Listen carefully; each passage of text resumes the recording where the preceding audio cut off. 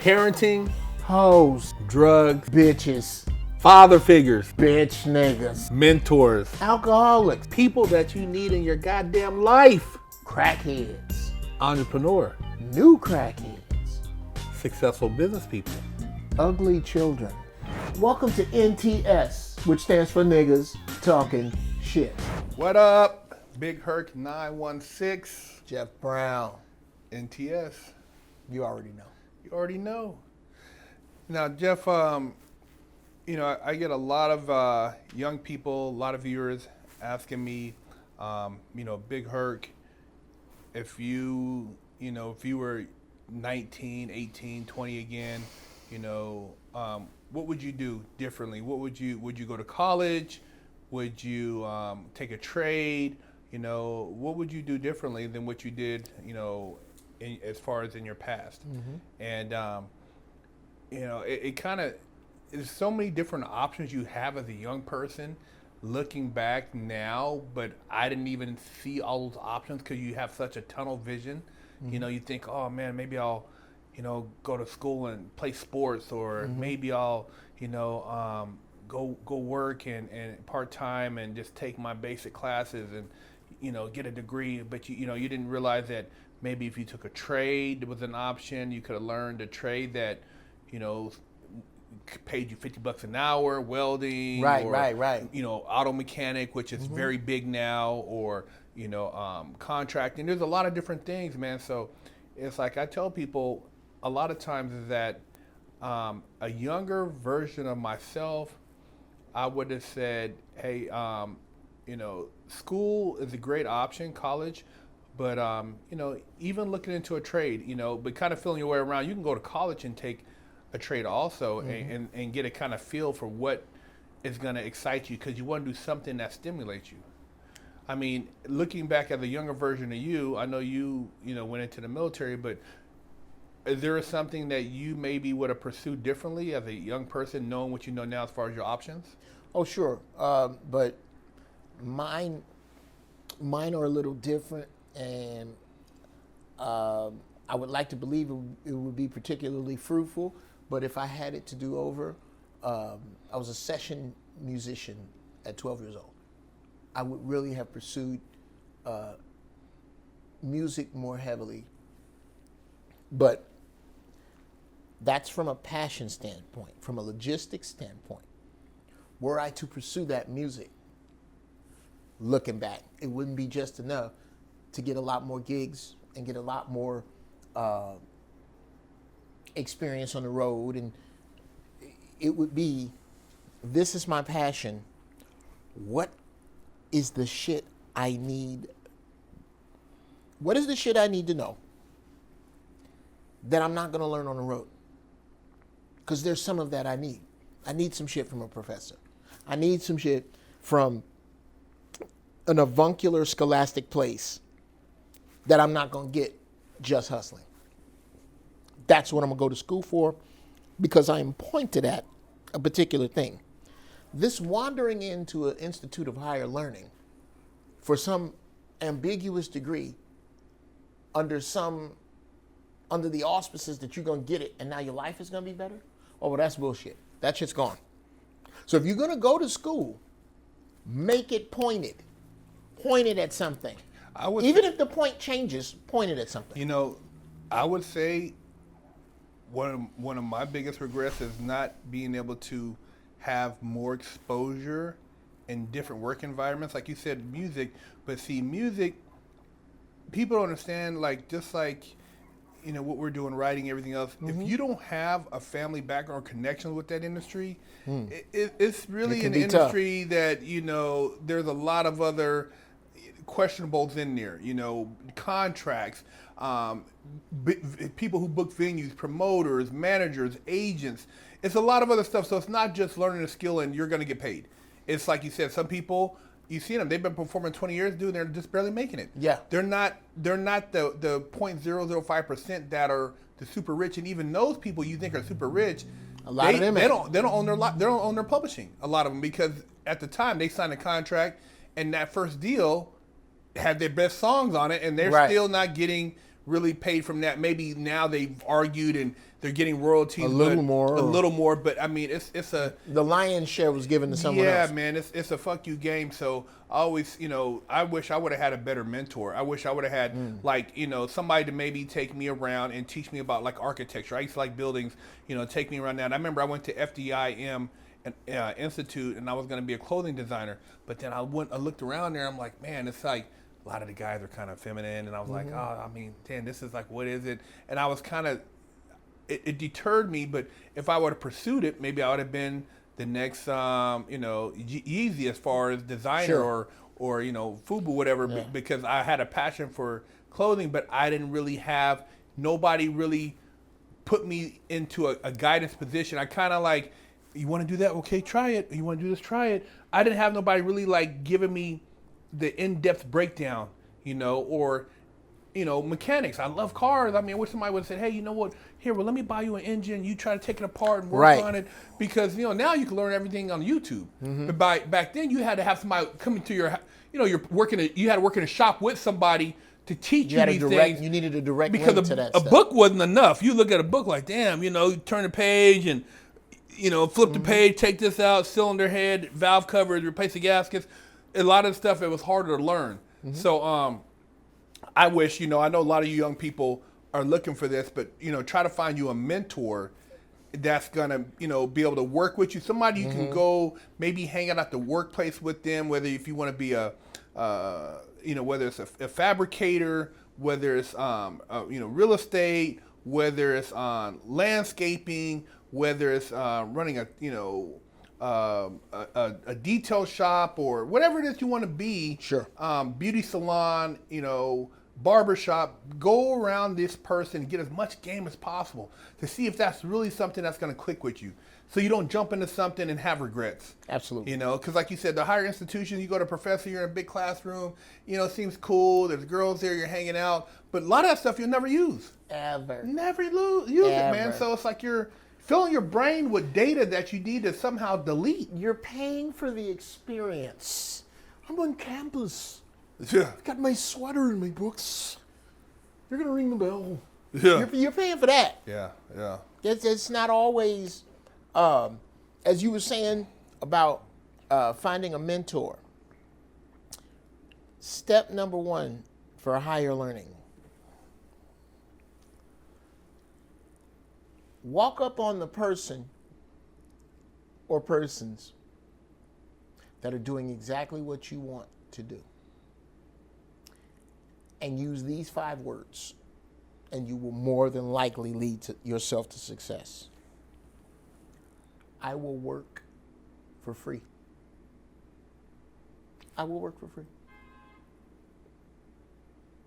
That not getting paid is a monster ass tuition. Get you a job so you can eat. That's another thing. You owe your dream everything. Your dream to know you shit. Your dream is a baby that you have to feed. You wouldn't throw a construction hard hat and some boots over in an 18-month-old's crib at 5 in the morning and tell him to hit it, would you? No, because that's your baby. It needs to be cherished. It will never wear those boots, just not now. So why are you telling your desire to be a blank to feed you right now? Mm-hmm. That's your baby. You owe it. So I don't give a fuck what job you got to get. Get it so you can take care of your baby. And that's whatever you want to be.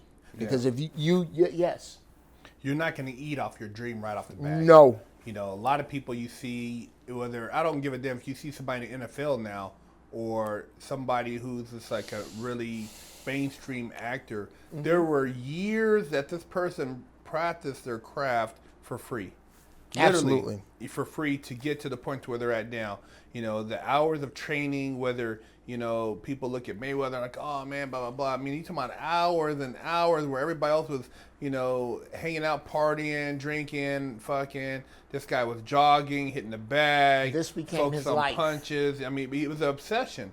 So you got to become obsessed, whatever it is you consider your passion. If you want to make a living out of it, And then, you know, you just got to be dedicated. It's like if you're going to be an engine builder, be the goddamn best engine builder you can be. If you're going to design sunglasses, you know, study and learn as much as you can about various sunglasses and, you know, how they're made or whatever the case may be. But yeah, I would say I would spend more time around the things I was passionate about to learn the ins and outs of those things, and then focus on that as far as you know, my career choice rather than jumping around or just, you know, like you said, To jump around. it'll have you wasting a lot of years. You waste that's the one thing you don't understand the younger you are, is the importance and value of your time. Your time is so fucking valuable. You can't just fuck off time thinking you're going to get it back. You'll never get time back. That's the difference between time and money. Money rather. Money I can make back. I can get money back. Mm-hmm. I can't get time back. Don't waste your time. Exploration is not a waste of time. Exploration with no destination is a complete waste of time. You got to get away from that. You got to find a space where you understand that what I'm about to explore is about to possibly help me find hidden gems for the long run. What am I going to find here? What am I going to be afforded here? That's how you answer your questions about college. How is this helping me in the long run? And I'm not talking about motherfuckers I'm going to meet. Mm-hmm. Yeah, we get networking. You can network at a fucking bar. You want to do some networking, go to a bar in Westwood. You knock that shit off. And it's also okay to not know. You know, I know there's a lot of pressure to have all the answers at the very beginning, but there's a time in there, you know, where you're just you're trying to breathe a little bit. Right. And it can be stressful. I mean, 18 to 24, man, I was all over the place. I didn't have a clue. I mean, I had no direction. I wanted certain things. I didn't know how to acquire them. I'd read books to try to figure out answers, but I had nobody to bounce things off physically, nobody personally to have those conversations with. So, you know, it's very important that you find somebody, like we talked about, that's maybe in the field you want to get into, and pick their brains. Ask them all the questions, man. Get the good and the bad. Absolutely. And, you know, put aside your ego, your pride, and just like humble yourself. And then you'll kind of get an idea like, okay, maybe this is something I want to do, maybe something I don't want to do. And then from there, it'll give you a better option moving forward rather than spending a bunch of money. Now you're in debt. You got all this college tuition, you know, and you're thinking, oh man, you know, I'm gonna go over here, and you're not gonna get a job that's gonna pay off the debt right away. You're not gonna get a 6-figure job right away, you know. More than likely not. And can we dispense with the word job? Yeah. Because robots are gonna be doing those. Yeah.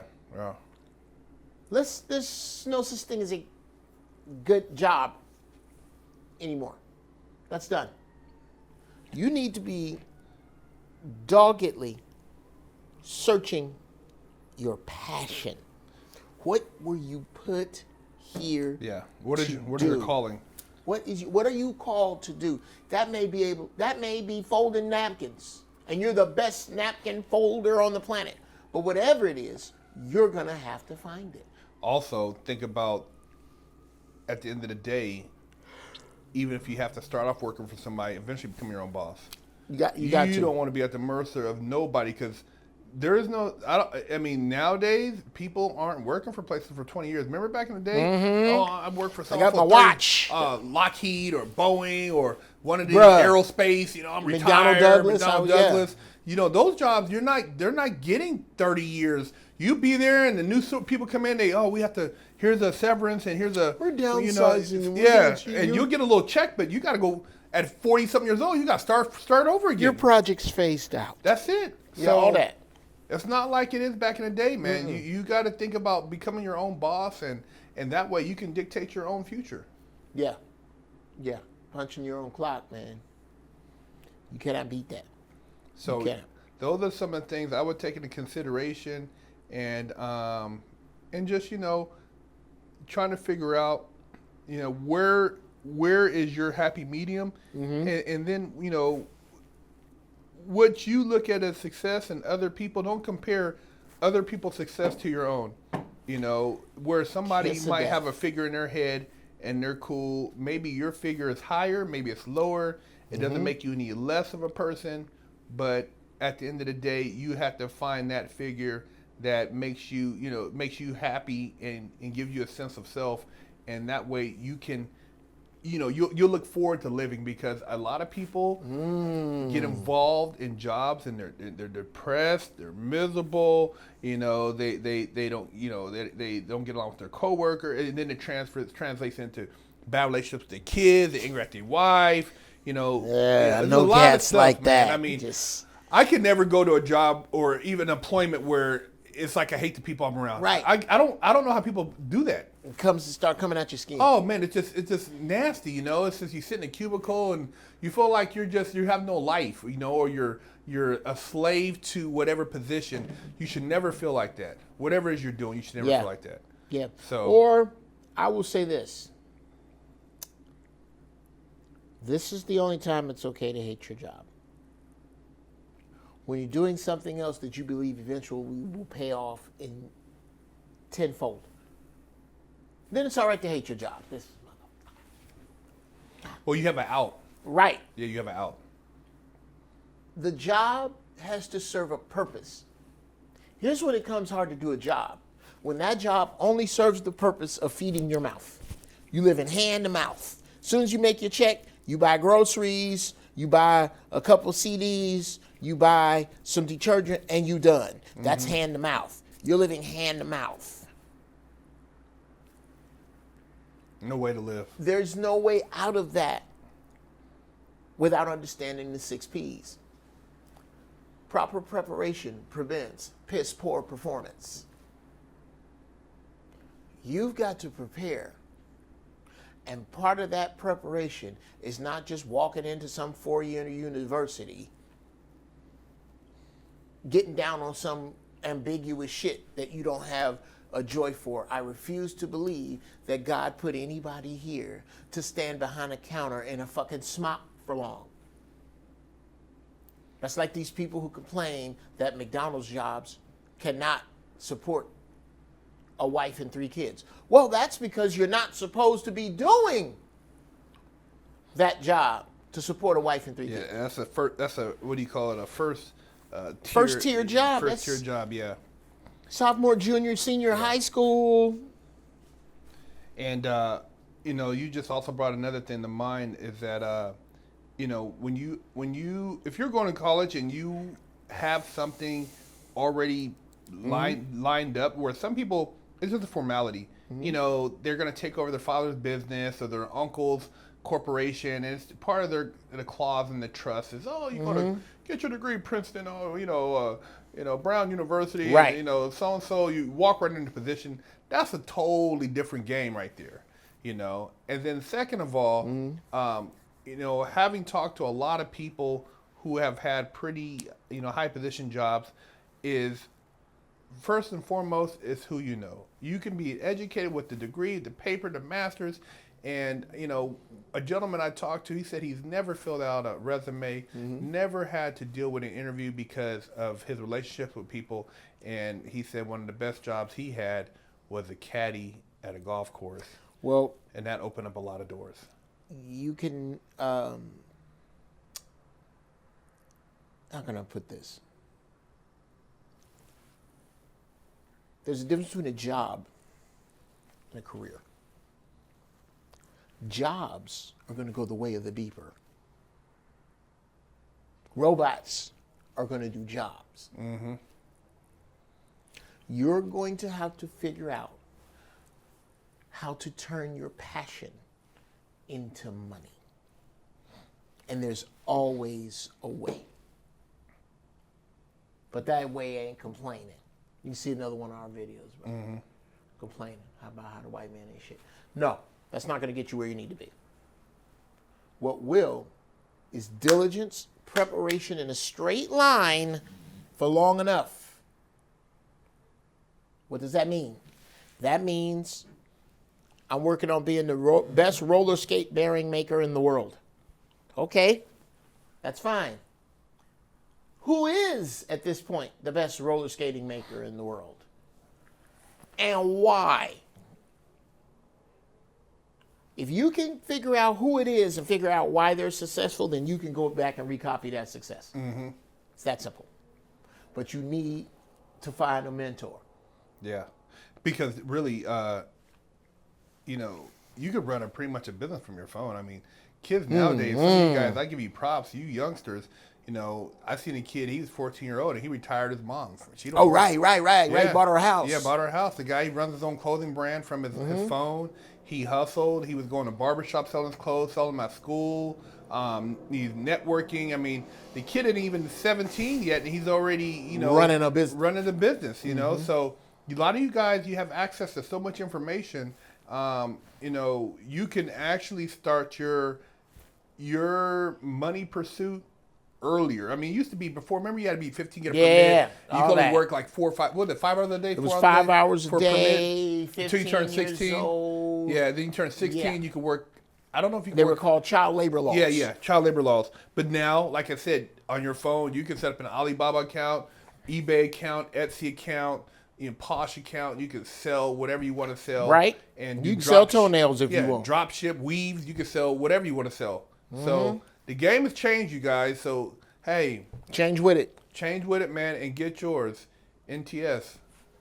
You already know what it is. You already know.